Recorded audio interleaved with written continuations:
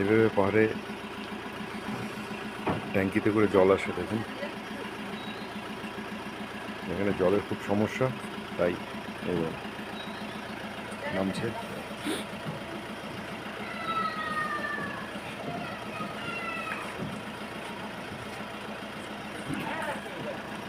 পুরো ভর্তি ট্যাঙ্কিতে জল। এটা দেখুন তিনজন মিলে নামাচ্ছে।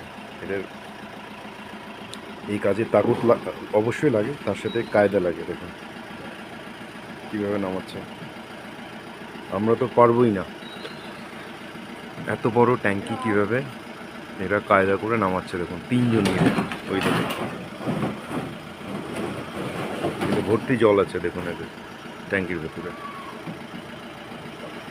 একে বলে কায়দা।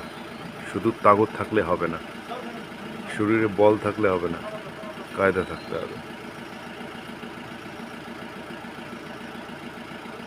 তাই ভাবলাম ছোট করে একটা ভিডিও দেখায় আপনাদের।